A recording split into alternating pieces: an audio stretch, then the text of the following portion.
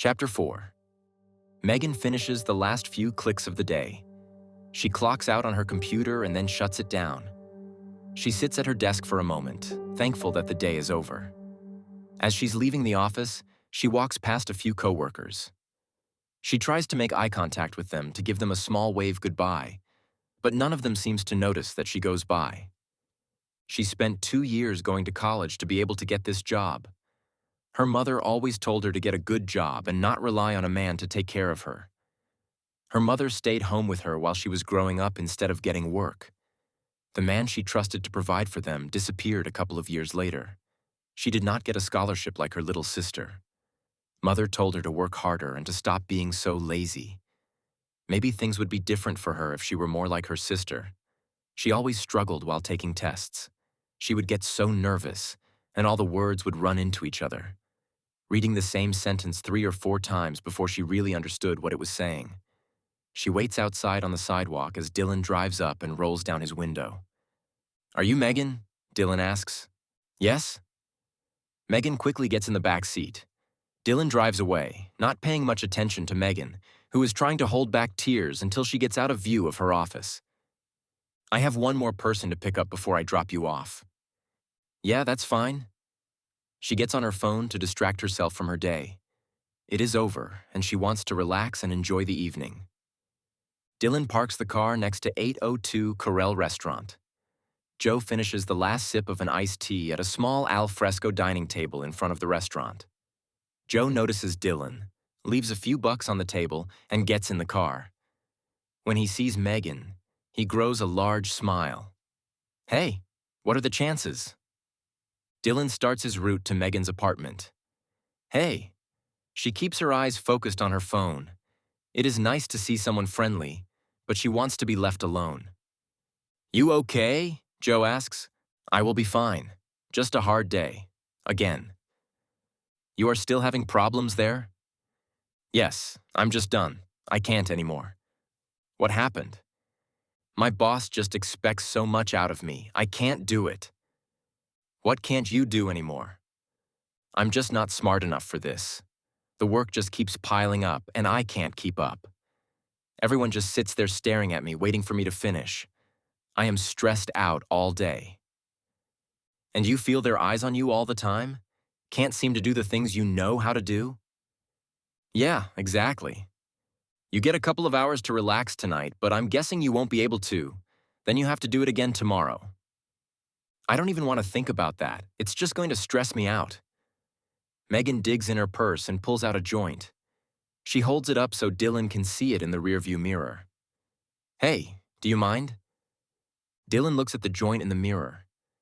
"No, that's fine." Joe interrupts before she can light up.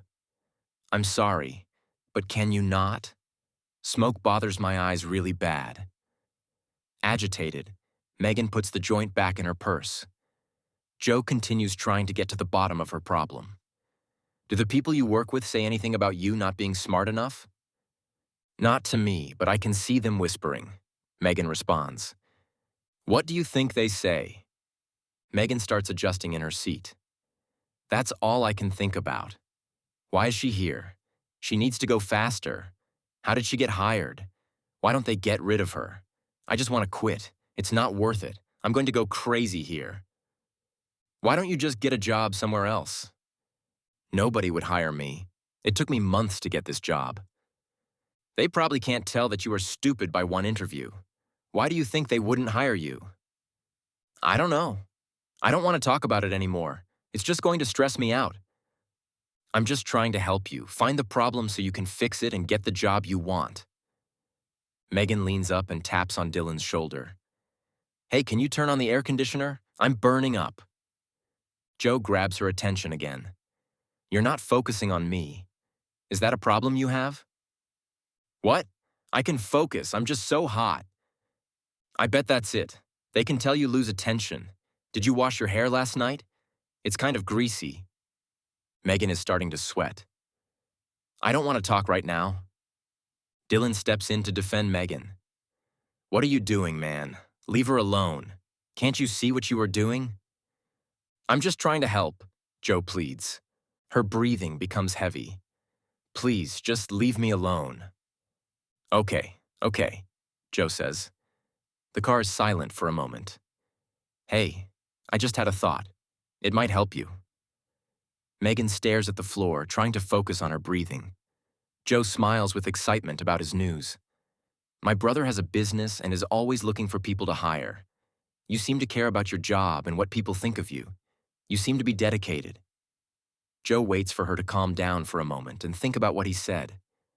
Her breathing slows after a few seconds. Yeah, I guess you're right. I do care. Where is it? It's kind of far away, but I think you would fit right in. Give you a chance to start clean. From what I've seen, people move up fast. You could be making so much money, and my brother makes sure everyone is treated with respect. Nobody looks down on anybody. That would be amazing. I don't care where it is. I want something like that. Dylan pulls over in front of Megan's apartment and waits for them to finish their conversation. Joe continues to talk about the job. It's in Brazil. I can get a hold of him. I'm sure he would love to talk to you. He knows it's hard for people to move to a new place without knowing where to shop or live, so he provides an apartment for a year. A spark of light returns to Megan's eyes. Brazil? I have always wanted to visit. What's your number? I will have him get a hold of you. Megan digs in her purse, pulls out a crumpled piece of paper, and writes her number down. I'm sure he will call you tonight or tomorrow. Thank you so much. I'm so excited. Megan gets out of the car full of life. Joe leans up to Dylan. Pretty easy day, huh? Dylan drives off, trying to piece together what just happened. Joe throws an envelope in Dylan's lap. The flap is open, and Dylan can see it is stuffed with bills. Just for picking her up? Joe winks at Dylan. Lee wanted to make sure your mom was taken care of. Thanks for the girl. Confusion sets across Dylan's face. What is going on?